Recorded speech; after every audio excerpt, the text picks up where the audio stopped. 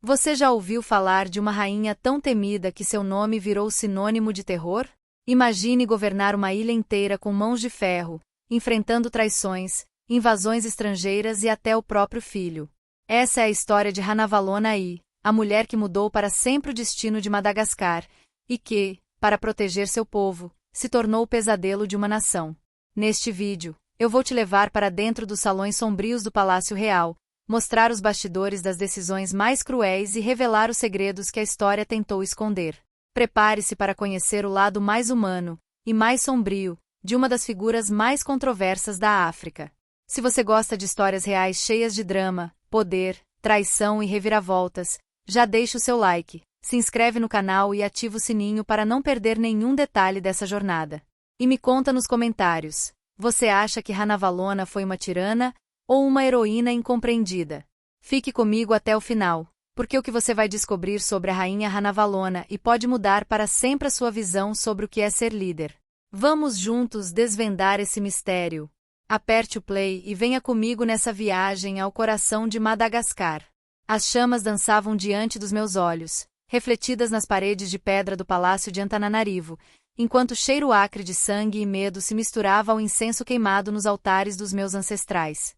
Eu, Ranavalona, filha de Rabodonandriantompo e agora rainha de Madagascar, sentia o peso da coroa pressionando minha fronte, mais pesada do que qualquer joia real. Naquela noite, enquanto o povo sussurrava meu nome com temor, compreendi que o destino de uma ilha inteira repousava sobre meus ombros, e que, para protegê-la, eu precisaria me tornar o próprio terror. Minha ascensão ao trono não foi marcada por celebrações, mas por conspirações e sangue.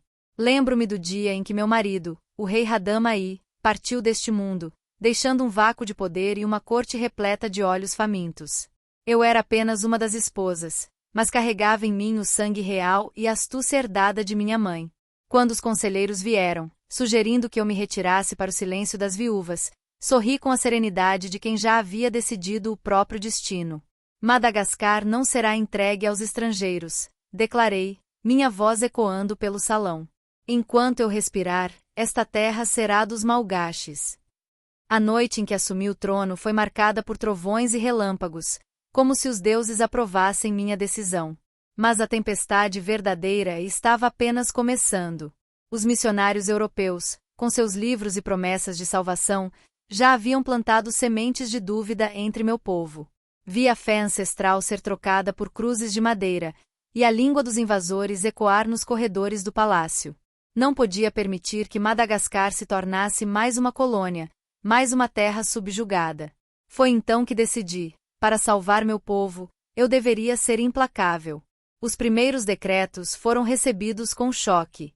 Proibi a prática do cristianismo, ordenei a destruição das igrejas e expulsei os missionários. Muitos me chamaram de tirana, de louca.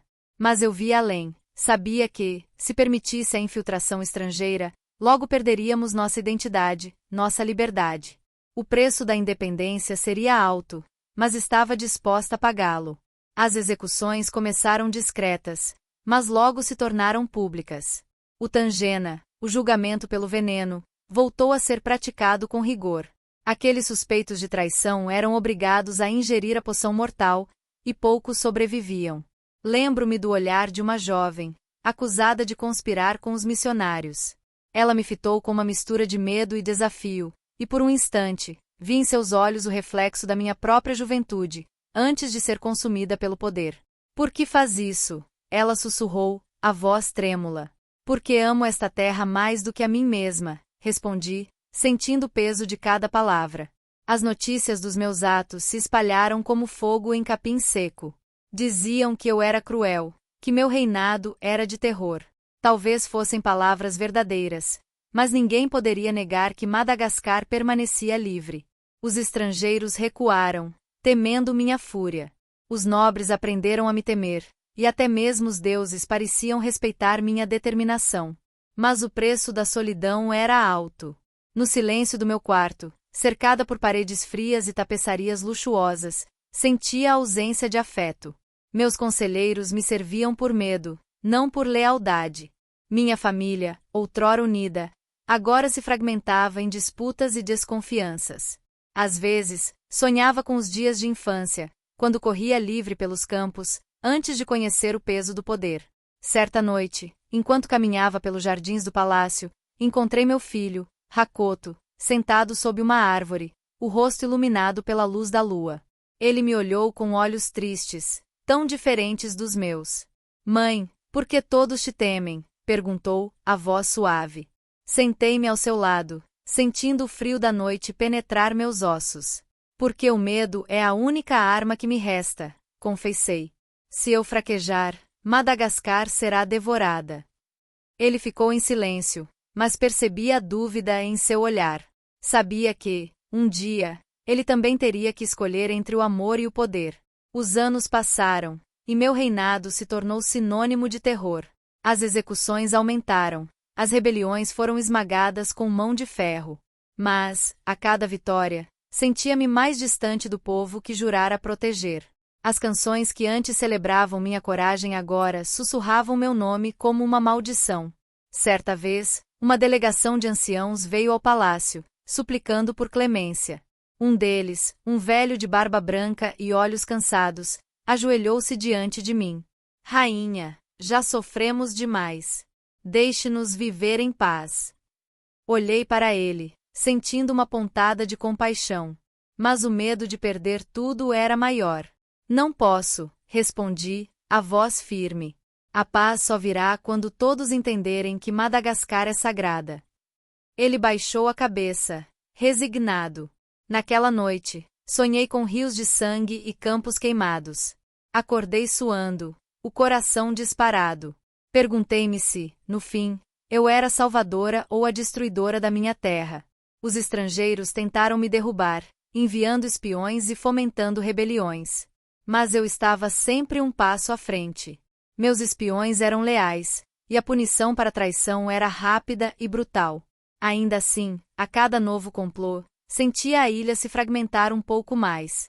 Meu filho, Hakoto, tornou-se um homem, e com ele vieram novas ideias. Ele acreditava que poderíamos coexistir com os estrangeiros, que a modernidade era inevitável.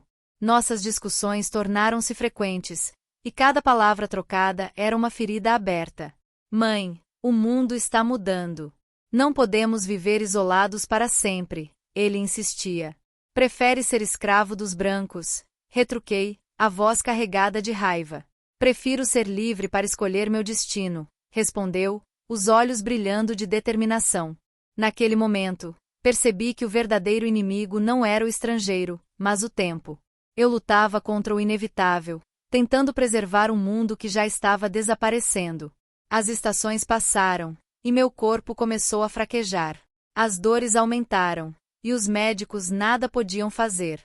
No leito de morte, cercada por poucos fiéis, olhei para o teto do meu quarto e perguntei aos deuses se havia feito certo. Hakoto segurou minha mão, os olhos marejados. Mãe, eu te perdoo, sussurrou. Senti uma lágrima escorrer pelo rosto, a primeira em muitos anos. Cuide de Madagascar, pedi, a voz fraca. Não deixe que se perca. Enquanto a escuridão me envolvia, pensei em tudo que havia feito, o bem e o mal, o amor e o terror. Talvez a história me julgue como uma tirana, mas sei que lutei com todas as forças para proteger minha terra. No fim, Madagascar sobreviveu, mas a que custo? O tempo dirá se fui a rainha que salvou ou destruiu uma nação. Mas, enquanto meu nome ecoar pelos vales e montanhas desta ilha, que todos se lembrem, fui Ranavalona, a rainha que amou demais para ser misericordiosa. As chamas dançavam diante dos meus olhos, refletidas nas paredes de pedra do palácio de Antananarivo, enquanto cheiro acre de sangue e medo se misturava ao incenso queimado nos altares dos meus ancestrais. Eu, Ranavalona, filha de Rabodonandriantompo e agora rainha de Madagascar, sentia o peso da coroa pressionando minha fronte, mais pesada do que qualquer joia real. Naquela noite, enquanto o povo sussurrava meu nome com temor, compreendi que o destino de uma ilha inteira repousava sobre meus ombros, e que, para protegê-la, eu precisaria me tornar o próprio terror. A Guerra de Troia foi o divisor de águas. Quando Helena fugiu com Paris, Agamenon viu ali a oportunidade de se tornar o maior rei da Grécia. Reuniu os exércitos, prometeu vitórias, jurou vingança. Mas os ventos não sopravam, e os navios permaneciam ancorados. Foi então que Calças, o adivinho, anunciou que apenas o sacrifício de Ifigênia a Ártemis traria os ventos necessários. Agamenon hesitou, mas não por amor à filha, hesitou porque temia a reação do povo. No fim, cedeu. Mandou buscar Ifigênia sob o pretexto de casá-la com Aquiles. Eu, mãe, fui enganada, levada a crer que minha filha seria honrada, não sacrificada. Quando a verdade veio à tona, já era tarde demais. Vi minha filha ser arrastada ao altar, vi o punhal brilhar sob o sol, vi o sangue manchar a terra. Meu grito ecoou pelos séculos, mas ninguém o ouviu. Depois disso, algo em mim morreu. Passei a viver como uma sombra, cumprindo meus deveres, sorrindo para a corte, mas por dentro, eu era só cinzas. Foi nesse vazio que Aegisto entrou. Ele era primo de Agamenon, também marcado pela tragédia familiar. Sua história era de dor, de perda, de vingança. Encontramo-nos por acaso, em uma noite de tempestade. Conversamos por horas, compartilhando feridas, sonhos, medos. Pela primeira vez, senti-me vista, compreendida. Nosso amor nasceu do sofrimento, da necessidade de encontrar sentido em meio ao caos. Não foi paixão cega, mas uma aliança de almas feridas. Quando Agamenon partiu para Troia, deixei de ser esposa e me tornei regente. Governei Micenas com justiça, mas sempre sob o olhar desconfiado dos nobres. A corte era um ninho de cobras, cada um esperando minha queda. Aegisto tornou-se meu aliado, meu conselheiro, meu amante. Juntos, enfrentamos revoltas, fome, traições. Mas a sombra de Agamenon pairava sobre nós. Sabíamos que, um dia, ele voltaria. E quando voltasse, traria consigo a morte. O retorno de Agamenon foi triunfal. O povo o aclamou, os poetas cantaram sua glória. Mas eu vi apenas o homem que sacrificará nossa filha, que me traíra com Cassandra, que me reduzira a um papel secundário em minha própria vida. Preparei tudo com cuidado. O banho, as mantas, o silêncio. Quando ele entrou, olhou-me com desdém, como se eu fosse apenas mais uma serva. Venha, Agamenon, sussurrei, deixe-me cuidar de você. Ele sorriu, confiante. Envolvi-o nos mantos, prendi seus braços, e com a adaga, cortei-lhe a garganta. O sangue jorrou, quente, espesso, cobrindo minhas mãos. Cassandra tentou fugir, mas Aegisto a deteve. Ela gritou, amaldiçoou-nos, previu nossa queda. Eu a matei também, não por ódio, mas por piedade. Ela já estava morta por dentro. Assumir o trono foi um ato de sobrevivência. Sabia que, se não o fizesse, seria destruída pelos nobres, pelos aliados de Agamenon, pelo próprio povo. Governei com firmeza, mas também com justiça. Reorganizei as finanças, investi em obras públicas, aliviei os impostos dos camponeses. Mas nada disso importava. Para eles, eu era a mulher que matara o marido, a mãe que sacrificará a filha, a amante do usurpador. Cada decisão minha era vista como prova de loucura ou depravação. A corte conspirava, os boatos se espalhavam. Aegisto tornou-se cada vez mais paranoico, vendo inimigos em todos os cantos. Eu tentava manter a ordem, mas a tensão crescia a cada dia. Electra, minha filha, tornou-se minha maior inimiga. Ela nunca me perdoou pela morte do pai. Vivia pelos corredores, sussurrando veneno aos servos, alimentando o ódio de Orestes, que crescerá exilado. Tentei me aproximar, tentei explicar, mas ela me rejeitava. Você matou meu pai, dizia, os olhos cheios de lágrimas e fúria. Você destruiu nossa família. Eu tentava argumentar, contar sobre Ifigênia, sobre o sacrifício, sobre a dor. Mas ela não queria ouvir. Para ela, eu era um monstro. Em minha tentativa de manter o poder, persegui aqueles que a apoiavam. Mandei prender conselheiros, bani aliados, torturei traidores. Cada ato era um passo a mais no abismo da solidão. Orestes, meu filho, foi criado longe de Micenas, protegido por aliados leais a Agamenon. Cresceu ouvindo histórias sobre minha crueldade, sobre minha traição. Quando finalmente retornou, era um homem feito, endurecido pelo exílio. Electra o incitou à vingança, os deuses o pressionaram, o povo clamava por justiça. Tentei recebê-lo como mãe, tentei abraçá-lo, mas ele já não era meu filho. Era o instrumento da justiça divina. Senti a lâmina atravessar meu peito, fria, implacável. Enquanto o sangue escorria, compreendi que meu maior crime foi amar demais, lutar demais, viver demais. Minha ruína foi o preço de minha ousadia. Mas antes do fim, quero que saibam como cada crime nasceu, como cada escolha foi feita entre a dor e a esperança, entre o amor e o ódio. Não sou monstro, nem santa. Sou mulher, mãe, rainha, amante, assassina. Sou Clitemnestra, e esta é minha confissão. A noite em que tudo começou estava impregnada de presságios. O vento uivava entre as colunas, trazendo consigo o cheiro do mar e o sussurro dos deuses. Eu caminhava sozinha pelo pátio, os pés descalços sentindo a frieza das pedras. Lembrei-me de minha infância em Esparta, dos dias em que corria livre pelos campos, antes de ser prometida a Agamenon. Meu pai, Tíndaro, era um homem severo, mas justo. Minha mãe, Leda, era bela como uma deusa, mas sempre distante. Cresci entre irmãos e irmãs, cada um destinado a um papel no grande teatro dos deuses e dos homens. Helena, minha irmã, era a mais bela de todas, e seu destino arrastaria a Grécia inteira para a guerra. Eu, Clitemnestra, fui dada em casamento para selar alianças, para fortalecer reinos. Nunca me perguntaram o que eu queria. O casamento com Agamenon foi uma cerimônia grandiosa, cheia de promessas vazias. Ele era jovem, ambicioso, já sonhando com conquistas e glória. Eu era apenas uma peça em seu jogo. No início, tentei amá-lo. Tentei ser a esposa perfeita, a rainha exemplar. Mas logo percebi que, para ele, eu era invisível. Suas atenções estavam sempre voltadas para o conselho de guerra, para os generais, para os deuses. Nossas noites eram frias, nossos dias, solitários. Quando Ifigênia nasceu, senti uma centelha de esperança. Talvez, pensei, a maternidade nos unisse. Mas Agamenon via em nossa filha apenas mais um instrumento de poder. A guerra de Troia foi o divisor de águas.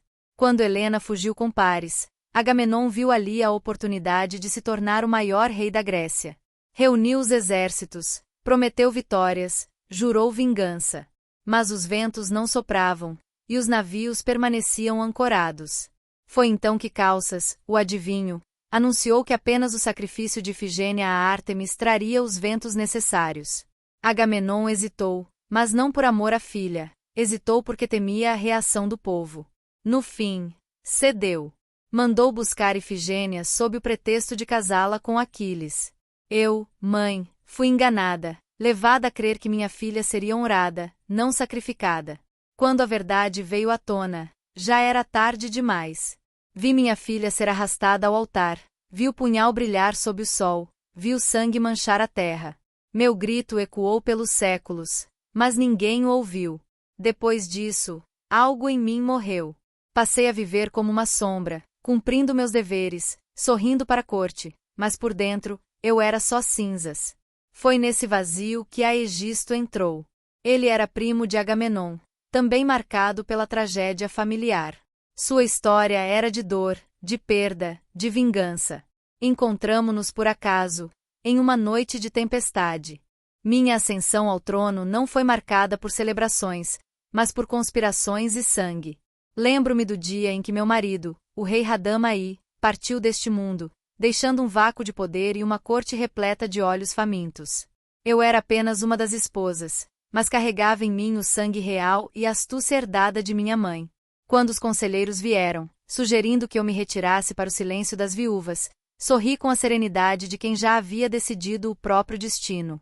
Madagascar não será entregue aos estrangeiros, declarei, minha voz ecoando pelo salão. Enquanto eu respirar, esta terra será dos malgaches.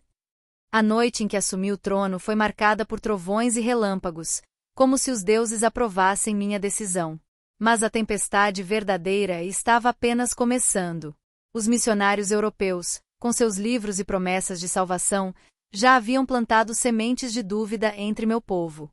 Vi a fé ancestral ser trocada por cruzes de madeira, e a língua dos invasores ecoar nos corredores do palácio. Não podia permitir que Madagascar se tornasse mais uma colônia, mais uma terra subjugada. Foi então que decidi, para salvar meu povo, eu deveria ser implacável. Os primeiros decretos foram recebidos com choque. Proibi a prática do cristianismo, ordenei a destruição das igrejas e expulsei os missionários. Muitos me chamaram de tirana, de louca. Mas eu vi além, sabia que, se permitisse a infiltração estrangeira, logo perderíamos nossa identidade, nossa liberdade. O preço da independência seria alto, mas estava disposta a pagá-lo. As execuções começaram discretas, mas logo se tornaram públicas. O Tangena, o julgamento pelo veneno, voltou a ser praticado com rigor. Aqueles suspeitos de traição eram obrigados a ingerir a poção mortal, e poucos sobreviviam. Lembro-me do olhar de uma jovem, acusada de conspirar com os missionários. Ela me fitou com uma mistura de medo e desafio, e por um instante, vi em seus olhos o reflexo da minha própria juventude, antes de ser consumida pelo poder. Por que faz isso? Ela sussurrou, a voz trêmula. Porque amo esta terra mais do que a mim mesma, respondi, sentindo o peso de cada palavra. As notícias dos meus atos se espalharam como fogo em capim seco. Diziam que eu era cruel, que meu reinado era de terror. Talvez fossem palavras verdadeiras, mas ninguém poderia negar que Madagascar permanecia livre. Os estrangeiros recuaram, temendo minha fúria. Os nobres aprenderam a me temer, e até mesmo os deuses pareciam respeitar minha determinação. Mas o preço da solidão era alto. No silêncio do meu quarto, cercada por paredes frias e tapeçarias luxuosas, sentia a ausência de afeto. Meus conselheiros me serviam por medo, não por lealdade. Minha família, outrora unida, agora se fragmentava em disputas e desconfianças. Às vezes, sonhava com os dias de infância, quando corria livre pelos campos, antes de conhecer o peso do poder. Certa noite, enquanto caminhava pelos jardins do palácio, encontrei meu filho, Hakoto, sentado sob uma árvore, o rosto iluminado pela luz da lua. Ele me olhou com olhos tristes, tão diferentes dos meus. Mãe, por que todos te temem? Perguntou, a voz suave. Sentei-me ao seu lado, sentindo o frio da noite penetrar meus ossos. Porque o medo é a única arma que me resta, confessei. Se eu fraquejar, Madagascar será devorada. Ele ficou em silêncio, mas percebi a dúvida em seu olhar. Sabia que, um dia, ele também teria que escolher entre o amor e o poder. Os anos passaram, e meu reinado se tornou sinônimo de terror. As execuções aumentaram, as rebeliões foram esmagadas com mão de ferro. Mas, a cada vitória, sentia-me mais distante do povo que jurara proteger. As canções que antes celebravam minha coragem agora sussurravam meu nome como uma maldição. Certa vez, uma delegação de anciãos veio ao palácio, suplicando por clemência. Um deles, um velho de barba branca e olhos cansados, ajoelhou-se diante de mim. Rainha, já sofremos demais. Deixe-nos viver em paz. Olhei para ele, sentindo uma pontada de compaixão. Mas o medo de perder tudo era maior. Não posso, respondi, a voz firme. A paz só virá quando todos entenderem que Madagascar é sagrada. Ele baixou a cabeça, resignado. Naquela noite, sonhei com rios de sangue e campos queimados. Acordei suando, o coração disparado. Perguntei-me se, no fim, eu era a salvadora ou a destruidora da minha terra. Os estrangeiros tentaram me derrubar, enviando espiões e fomentando rebeliões. Mas eu estava sempre um passo à frente. Meus espiões eram leais, e a punição para traição era rápida e brutal. Ainda assim, a cada novo complô, sentia a ilha se fragmentar um pouco mais. Meu filho, Hakoto, tornou-se um homem, e com ele vieram novas ideias. Ele acreditava que poderíamos coexistir com os estrangeiros, que a modernidade era inevitável. Nossas discussões tornaram-se frequentes, e cada palavra trocada era uma ferida aberta. Mãe, o mundo está mudando. Não podemos viver isolados para sempre, ele insistia. Prefere ser escravo dos brancos? Retruquei, a voz carregada de raiva. Prefiro ser livre para escolher meu destino, respondeu, os olhos brilhando de determinação. Naquele momento, percebi que o verdadeiro inimigo não era o estrangeiro, mas o tempo. Eu lutava contra o inevitável, tentando preservar um mundo que já estava desaparecendo. As estações passaram, e meu corpo começou a fraquejar. As dores aumentaram, e os médicos nada podiam fazer. No leito de morte, cercada por poucos fiéis, olhei para o teto do meu quarto e perguntei aos deuses se havia feito certo. Hakoto segurou minha mão, os olhos marejados. Mãe, eu te perdoo, sussurrou. Senti uma lágrima escorrer pelo rosto, a primeira em muitos anos. Cuide de Madagascar, pedi, a voz fraca. Não deixe que se perca. Enquanto a escuridão me envolvia, pensei em tudo que havia feito, o bem e o mal, o amor e o terror. Talvez a história me julgue como uma tirana, mas sei que lutei com todas as forças para proteger minha terra. No fim, Madagascar sobreviveu, mas a que custo? O tempo dirá se fui a rainha que salvou ou destruiu uma nação. Mas, enquanto meu nome ecoar pelos vales e montanhas desta ilha, que todos se lembrem, fui Ranavalona, a rainha que amou demais para ser misericordiosa. Mas a história não termina aqui. O que poucos sabem é que, por trás de cada decreto, de cada execução, havia noites insones e conselhos divididos. Havia o medo constante de que, a qualquer momento, alguém me apunhalasse pelas costas, não apenas estrangeiros, mas também aqueles que compartilhavam meu sangue. Lembro-me de uma noite em que o vento uivava pelas janelas do palácio, trazendo consigo o cheiro de chuva e terra molhada. Eu estava sentada diante de uma mesa repleta de cartas, relatórios de espiões, súplicas de nobres, ameaças veladas. Meus dedos tremiam levemente enquanto lia uma mensagem anônima. A rainha cairá antes da próxima lua cheia. Chamei meu conselheiro mais antigo, Andrea Mamatoa, um homem de olhar duro e voz baixa. Ele entrou no aposento com passos silenciosos, como se já soubesse o que eu iria dizer. Andrea Mamatoa, confio em você mais do que em qualquer outro. Diga-me, há traição entre nós? Ele hesitou por um instante, os olhos evitando os meus. Majestade, o medo é uma faca de dois gumes. Ele protege, mas também fere. Muitos aqui desejam o seu lugar. Alguns por ambição, outros por desespero. E você? Perguntei, encarando-o. Eu sirvo a rainha, mas acima de tudo, sirvo a Madagascar. A resposta dele me atingiu como um golpe. Era verdade nua e crua, ninguém era leal a mim, apenas ao que eu representava. Senti uma solidão profunda, como se estivesse cercada por um mar de rostos desconhecidos. Na manhã seguinte, ordenei uma reunião com todos os nobres e chefes de tribo. O salão principal do palácio estava lotado, o ar pesado de tensão. Caminhei entre eles, sentindo seus olhares cravados em mim, alguns de respeito, outros de ódio. Madagascar é uma só, declarei, minha voz ecoando pelas paredes de pedra. Enquanto eu governar, não haverá espaço para traição. Quem se opuser à unidade desta terra será tratado como inimigo. Houve murmúrios, mas ninguém ousou me desafiar abertamente. Ainda assim, sabia que a rebelião fervia sob a superfície, como lava prestes a explodir. Naquela noite, sonhei com meu pai. Ele estava sentado sob uma árvore, como costumava fazer quando eu era criança. Seu rosto era sereno, mas seus olhos estavam cheios de tristeza. Minha filha, o poder é uma chama. Ele ilumina, mas também queima. Não deixe que te consuma.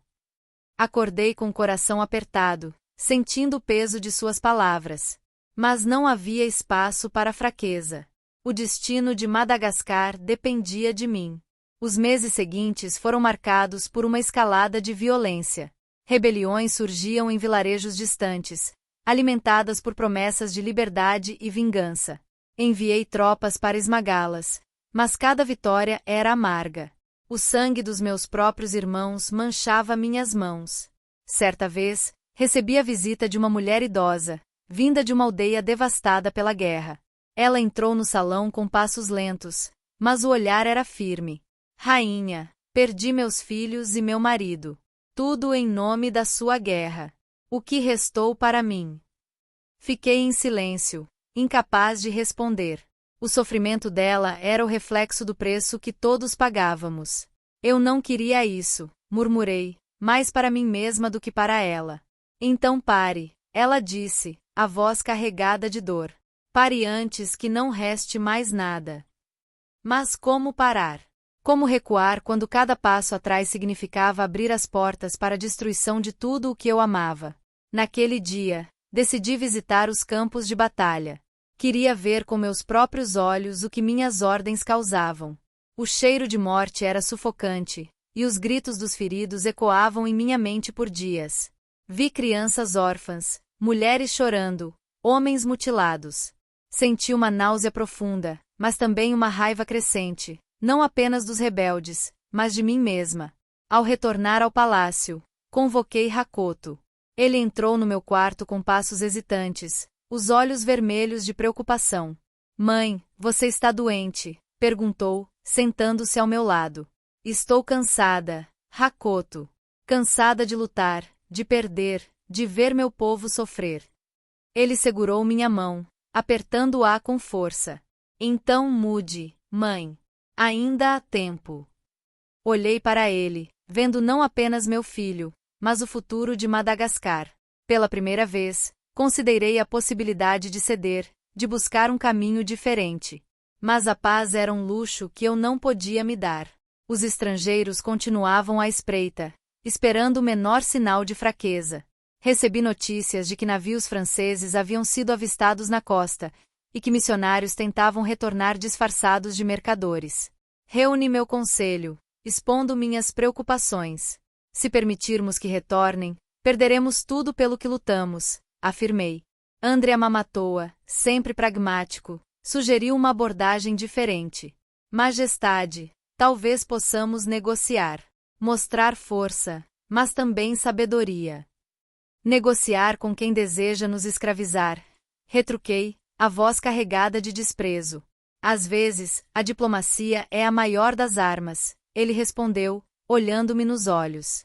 Pensei nas palavras dele por dias. A ideia de negociar com os estrangeiros me enojava, mas também sabia que a guerra constante estava destruindo meu povo. Talvez fosse hora de tentar algo novo. Enviei uma delegação para conversar com os franceses, impondo condições rígidas. Eles poderiam comerciar, mas não pregar sua fé. Poderiam visitar, mas não se estabelecer. Era um equilíbrio frágil, mas por um tempo, funcionou. No entanto, a paz era ilusória. Logo, surgiram rumores de que missionários estavam convertendo aldeias inteiras em segredo. Ordenei uma investigação, e dezenas de pessoas foram presas. O Tangena voltou a ser aplicado, e o medo se espalhou como uma praga. Hakoto me confrontou, furioso. Mãe, isso não é justiça. É crueldade. É sobrevivência, gritei, sentindo as lágrimas ameaçarem cair. Você está matando o que há de melhor em nós, ele disse, a voz baixa. Fiquei em silêncio, incapaz de responder. No fundo, sabia que ele tinha razão. Mas como parar, quando cada concessão parecia um passo em direção ao abismo? Os anos passaram, e minha saúde piorou. As dores tornaram-se constantes, e os médicos nada podiam fazer. Passei a maior parte do tempo em meus aposentos, rodeada por poucos fiéis. O palácio, outrora vibrante, agora era um lugar de sombras e sussurros. Certa noite, ouvi passos no corredor. Era Andrea Mamatoa, trazendo notícias urgentes. Majestade, há rumores de que Hakoto planeja depor você. Senti um frio percorrer minha espinha. Meu próprio filho, a quem amava mais do que tudo, agora era visto como inimigo. Ele não faria isso, murmurei, mas a dúvida já havia se instalado. Chamei Hakoto, exigindo explicações. Mãe, não quero te derrubar. Quero salvar Madagascar de si mesma. Você acha que pode fazer melhor? Perguntei, a voz trêmula. Não sei. Mas sei que não posso continuar vendo nosso povo sofrer. A dor em seus olhos era insuportável. Pela primeira vez, senti o peso de todos os meus erros. Talvez eu tenha ido longe demais, admiti, a voz quase inaudível. Hakoto se aproximou, abraçando-me com força. Você fez o que achou certo. Agora, deixe-me tentar. Naquele momento, soube que meu tempo havia acabado. Entreguei a ele o anel real, símbolo do poder, e pedi apenas uma coisa. Não esqueça quem somos. Não deixe que apaguem nossa história. Ele prometeu, e pela primeira vez em anos, senti uma paz tênue. Nos dias que se seguiram, reflete sobre tudo o que havia feito. O terror que impus, as vidas que tirei, as famílias que destruí.